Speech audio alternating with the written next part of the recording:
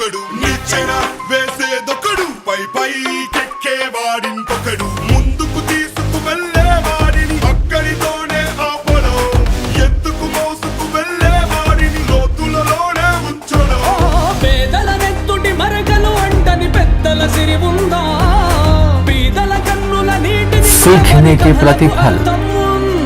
कन कन का अधिकारी भाग 1 समाप्त होने पर छात्रों को सामाजिक काव्य सृजन की प्रेरणा मिलेगी। श्रम का महत्व जानकर उसके पथ पर आगे बढ़ने की प्रेरणा मिलेगी। कवि रामधारी सिंह दिनकर जी के बारे में जानकारी प्राप्त होगी। बच्चों, इस चित्र को देखिए, आपको कौन दिखाई दे रहे हैं? जी हां, आप तो इन्हें जानते ही हैं। आप ही नहीं, इन्हें सारी दुनिया जानती है। हां, ये हमारे राष्ट्रपिता महात्मा गांधी जी हैं। हमारे राष्ट्रपिता महात्मा गांधी जी विश्व में प्रसिद्ध व्यक्तियों में से एक माने जाते हैं। बच्चों, आपको पता है गांधी जी अपना काम स्वयं करते थे। विश्व भर में प्रसिद्ध व्यक्ति होने पर भी गांधी जी अपना काम स्वयं करते थे। अनाज के कंकर चुनते थे, चरखा चलाते थे और इसी तरह के कई काम स्वयं करते थे और श्रम का महत्व दुनिया को बताया है। आइए बच्चों, गांधी जी की दिनचर्या के बारे में यहां पर एक कविता है, उसे पढ़ेंगे।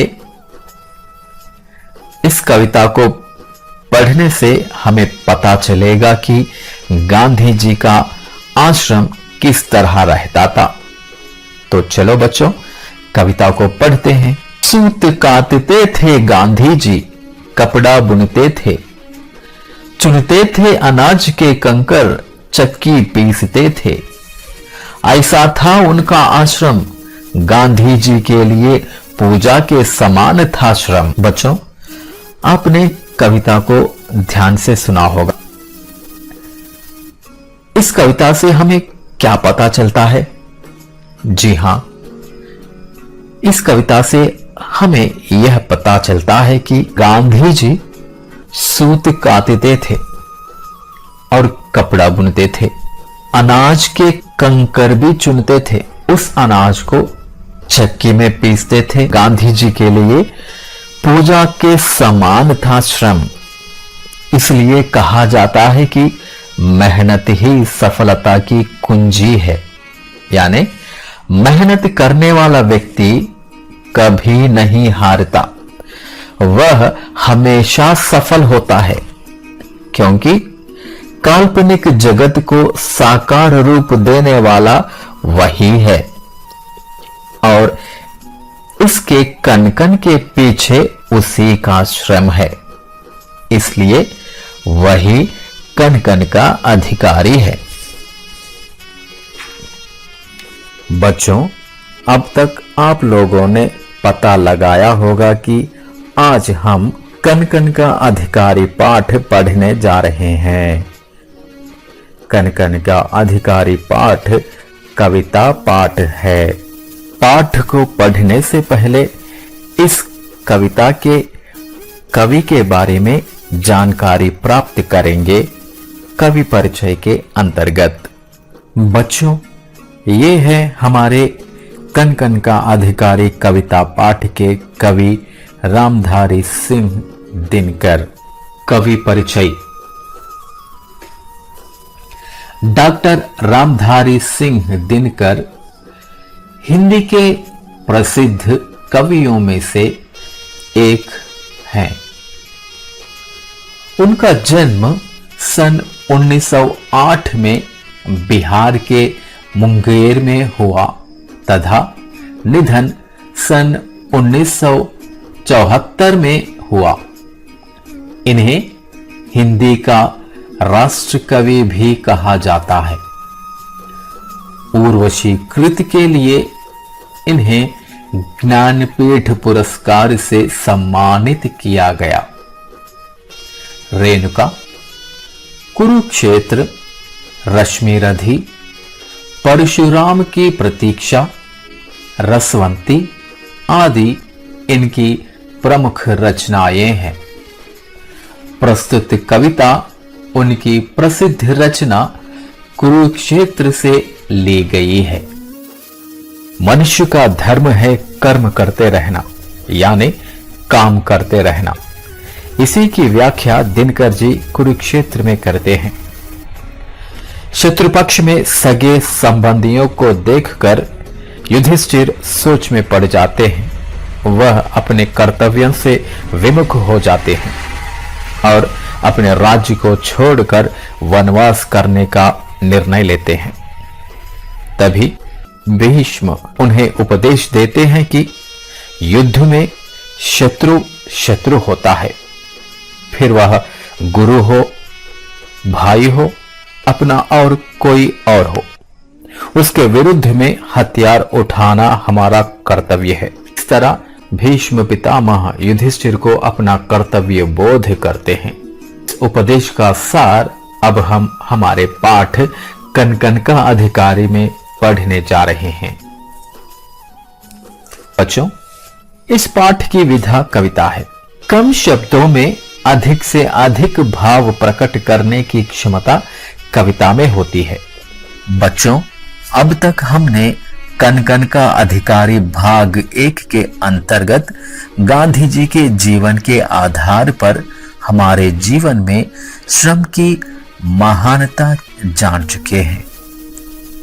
इसके साथ कनकनका अधिकारी कवि रामधारी सिंह दिनकर जी के जीवन के बारे में भी जान चुके हैं।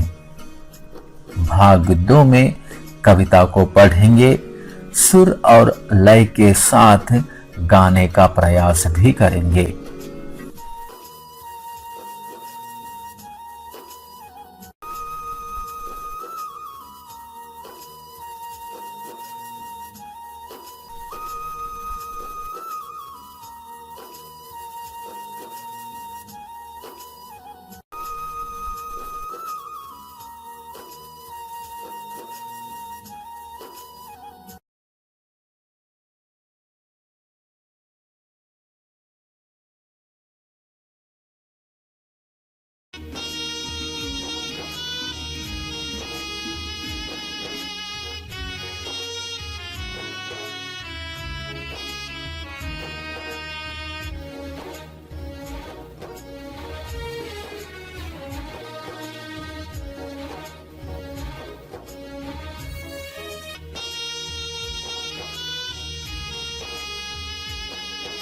बच्चों, हम कनकनका अधिकारी भाग 1 में गांधी जी के जीवन से संबंधित कविता को पढ़कर श्रम का महत्व को जान चुके हैं और कनकनका अधिकारी कविता के कवि रामधारी सिंह दिनकर जी के बारे में भी जानकारी प्राप्त की है।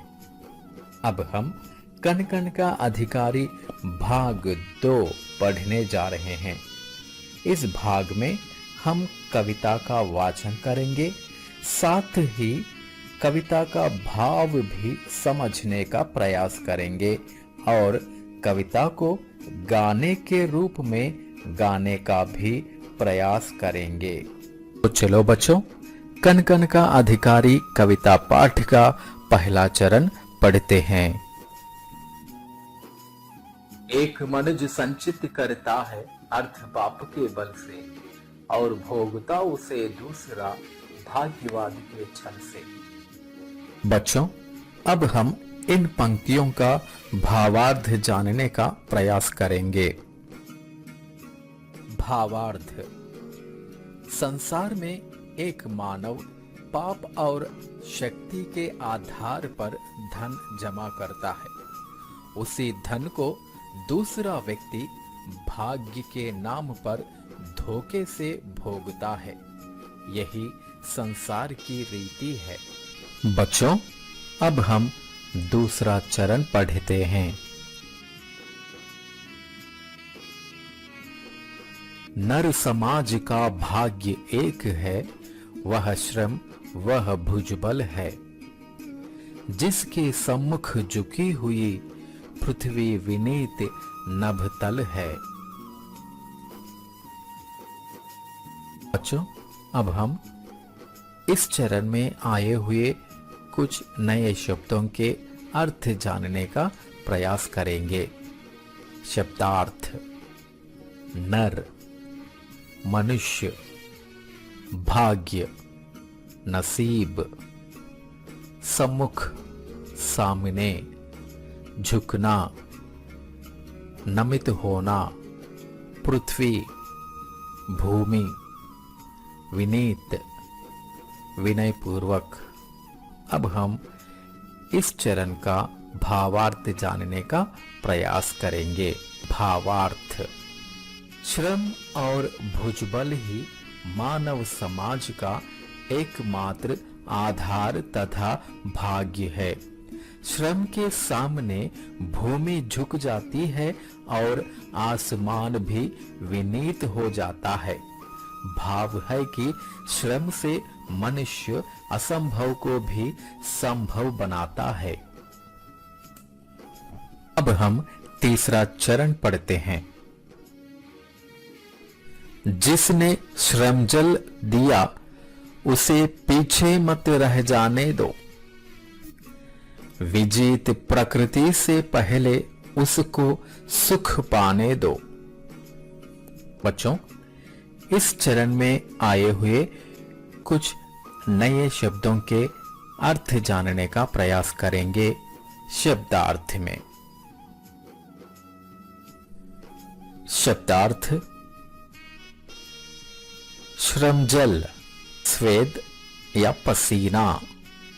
मत, नहीं। प्रकृति, चराचर संसार। बच्चों, अब हम इस चरण का भावार्थ जानने का प्रयास करेंगे। भावार्थ: जिस व्यक्ति ने श्रम किया है और सफलता पाने पसीना बहा दिया है, उसे कभी पीछे नहीं रहने देना है। अर्थात श्रम करने वाले को सुख से वंचित नहीं करना चाहिए। जीती हुई प्रकृति से पहले उसे सुख पाने देना है। अब हम इस कविता के अंतिम चरण को पढ़ेंगे। जो कुछ न्यस्त प्रकृति में है वह मनुज मात्र का धन है। धर्मराज उसके कन कन का अधिकारी जन जन है। बच्चों, अंतिम चरण के शब्दार्थ जानेंगे। शब्दार्थ: न्यस्त, रखा हुआ। धन, संपत्ति। कन, अनु। धर्मराज, युधिष्ठिर। जन, लोग। भावार्थ: इस अमूल्य प्रकृति में जो भी वस्तु है वह सभी की है। इस पृथ्वी के प्रत्येक कण कण पर हर मानव का अधिकार है। इसलिए प्रकृति की सभी चीजों को समान रूप से लोगों में बांटना चाहिए। बच्चों, अब तक कन कन का अधिकारी कविता पाठ भाग 2 के अंतर्गत कविता का वाचन करके नए शब्दों के अर्थ को जानने का प्रयत्न किया है और कविता का भाव समझने का प्रयास भी किया है। बच्चों, कन कन का अधिकारी भाग 3 में हम कविता को मधुर संगीत के साथ गाने का प्रयास करेंगे। साथ ही पाठ संबंधी अभ्यास कार्य भी करेंगे।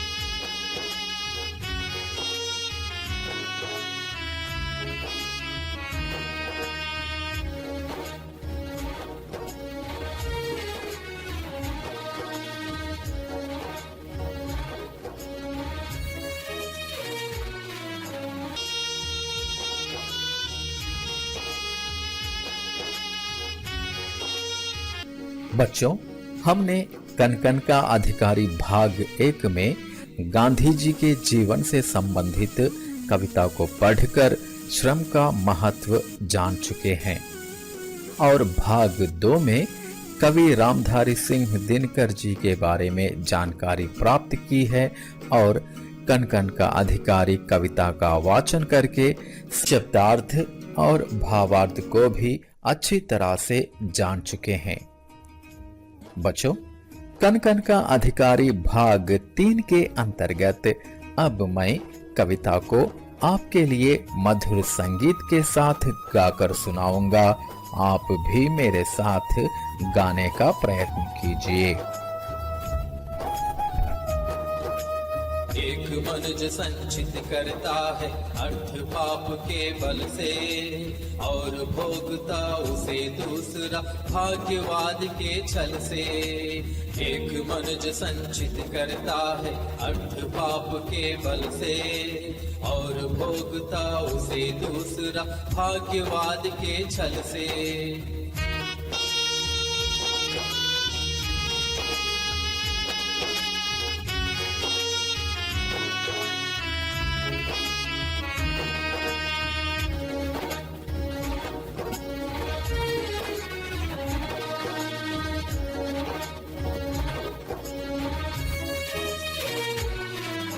नर समाज का भाग्य एक है, वह श्रम वह भुजबल है। नर समाज का भाग्य एक है, वह श्रम वह भुजबल है। जिसके सम्मुख झुकी हुई पृथ्वी विनीत नभदल है। जिसके सम्मुख झुकी हुई पृथ्वी विनीत नभदल है। एक मनुज संचित करता है अर्थ पाप के बल से और भोगता उसे दूसरा भाग्यवाद के छल से। एक मनुज संचित करता है अर्थ पाप के बल से और भोगता उसे दूसरा भाग्यवाद के छल से।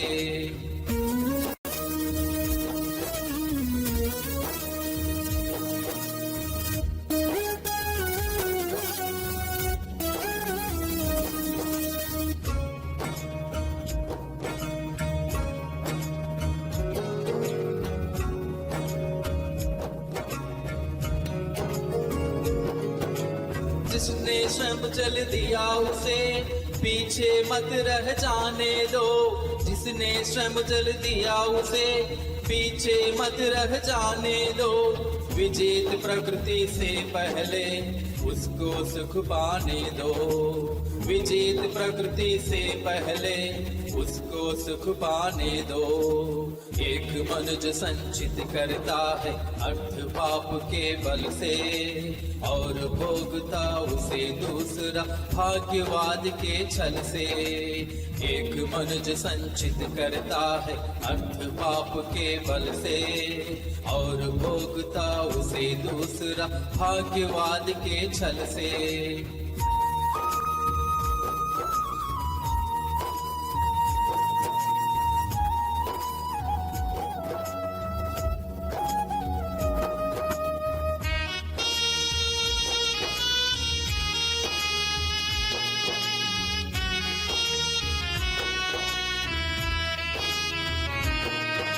जो कुछ नष्ट प्रकृति में है वह मनुष्य मात्र का धन है। जो कुछ नष्ट प्रकृति में है वह मनुष्य मात्र का धन है। धर्मराज उसके कन कन का अधिकारी जन जन है। धर्मराज उसके कन कन का अधिकारी जन जन है। एक मनुज संचित करता है अर्थ पाप के बल से और भोगता उसे दूसरा भाग्यवाद के छल से। एक मनुज संचित करता है अर्थ पाप के बल से और भोगता उसे दूसरा भाग्यवाद के छल से। बच्चों, आशा करता हूं कि आपको गाना अच्छा लगा होगा। तो चलिए बच्चों, अब हम इस कविता का सारांश समझने का प्रयत्न करेंगे। कवि रामधारी सिंह दिनकर कन कन का अधिकारी कविता में श्रम का महत्व स्पष्ट करते हुए कहते हैं कि श्रम और भुजबल ही मानव समाज के एकमात्र आधार हैं। श्रम के आगे पृथ्वी और ऊंचा आसमान भी विनीत हो जाते हैं। संसार में श्रम करने वाले मजदूर का स्थान महत्वपूर्ण है। श्रम ही जीवन की असली संपत्ति समझने वाले मजदूरों को सुखों से कभी वंचित नहीं करना चाहिए। पसीना बहाकर जो श्रम करते हैं उनको ही पहले सुख पाने का अधिकार है। इसलिए पहले उनको सुख प्राप्त करने देना चाहिए। उनको कभी पीछे नहीं रहने देना है। प्रकृति में जो भी वस्तु है वह सारे मानवों की संपत्ति है। प्रकृति के हर कण कण पर मानव का ही अधिकार है। ऐसी हालत में श्रम करने वाले व्यक्ति द्वारा ही संपत्ति संचित होती है। अर्थ यह है कि श्रम से बढ़कर कोई मूल्यवान धन नहीं है। बच्चों, अब तक हमने कन कन का अधिकारी कविता का सारांश पढ़ चुके हैं। अब हम पाठ से संबंधित कुछ अभ्यास कार्य करेंगे क्रियाकलाप के अंतर्गत। क्रियाकलाप, सबसे पहले पर्याय शब्द नर, मानव, मनुष्य, आदमी। अर्थ धन, दौलत, संपदा।